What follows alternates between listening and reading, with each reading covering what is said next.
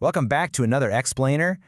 Normally when we're talking about gardening, we're totally hyper-focused on the plants themselves, right? We're looking at the soil, tweaking our watering schedules, admiring the blooms, and obviously waiting for that ultimate harvest. But today, we're going to shift our gaze a bit. We're zooming way in to check out the tiny, incredibly fascinating residents living right there among the leaves. We're pulling our insights today from this really fantastic, long-running gardening journal in part 995 of their series, which, by the way, is a seriously impressive milestone. Published just recently, the author Ang begins simply with, "Dear Interweb." It's this charming, personal touch that instantly gives you that classic blog-style narrative feel. Now, over almost 1,000 entries, Ang has mostly chronicled their journey with plants, but occasionally the spotlight lands on something with 6 legs. And today we're looking at one of those rare, super captivating insect discoveries.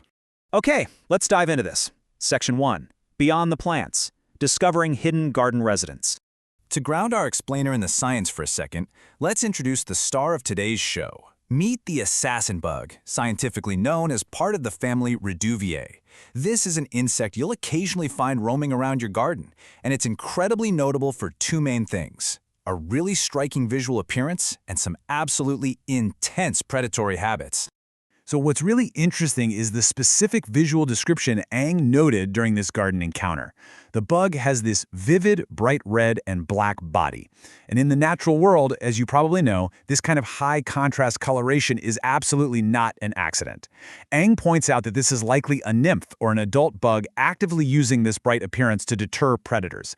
Basically, it's nature's way of flashing a giant neon do not touch sign to anything flying overhead that might be looking for a quick snack. But here is where the whole narrative takes a really fascinating twist. Section 2. The Predator's Irony. Looks can be deceiving. Notice the contrast here between appearance and reality. On one hand, we have the bug's appearance, bright red and black, explicitly evolved to deter predators. It looks highly defensive, right? Almost like it's desperately trying to protect itself. But then you look at the reality.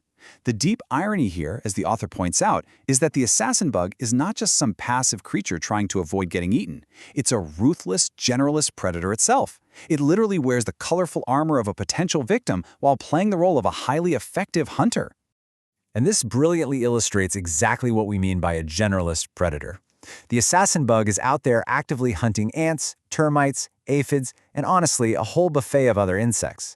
As any seasoned gardener knows, having an apex predator in miniature doing the heavy lifting to clear out those populations, that is a massive win. This tiny, brightly colored bug is actually doing a ton of work for you right there on your plant leaves. That brings us to our next major theme. Section 3. A balanced ecosystem. What a predator means for your garden. This is honestly the big aha moment of the author's post. When you spot a menacing-looking bug crawling all over your prized plants, your very first thought is probably, uh-oh, pest control. But finding this specific predator doesn't mean your garden is under attack. It actually means you've achieved something pretty wonderful, a healthy ecological balance. So the crucial point is how this harmony actually functions in practice. It basically builds in 3 steps. Step 1, your garden has a healthy population of prey. Those aphids and ants we just mentioned. Because that food source is readily available, step 2 happens automatically. You attract a healthy population of predators, like our assassin bug. And finally, step 3, these populations actively keep each other in check. The predators eat enough pests so that your plants aren't destroyed, but they leave just enough prey around to sustain themselves long-term. It's a self-regulating, incredibly efficient ecosystem working perfectly right in your backyard. It's amazing to witness, but actually documenting it? Well, that's a completely different story. Section 4. Capturing the details. The macro photography struggle. I think anyone who has ever tried to take a cool picture of a tiny bug knows this universal pain all too well. Ang writes in the post, "Unfortunately, the macro capability of my mobile phone only managed to capture this level of detail at a certain distance." You can picture it perfectly, can't you? You're out there leaning awkwardly over a leaf, holding your breath, frantically tapping your screen to get it to focus on an insect the size of, actually, scratch that, it's more like half a grain of rice, and the camera just stubbornly blurs. It's such a delightfully human element mixed into this scientific observation. So, how do we actually fix this for the next time we spot a tiny apex predator? Ang is considering a couple of potential future upgrades. Option 1 is looking into how to improve the mobile camera's macro capability, maybe grabbing some better software or one of those little clip-on lenses. Option 2 is just going all in and getting a completely dedicated photography system. Because let's be real, once you start noticing the complex, intricate details of these hidden populations living in your garden, you absolutely want to be able to capture them clearly and share them with the interweb. Which brings us to the end of our explainer today and leaves us with this final, pretty provocative question.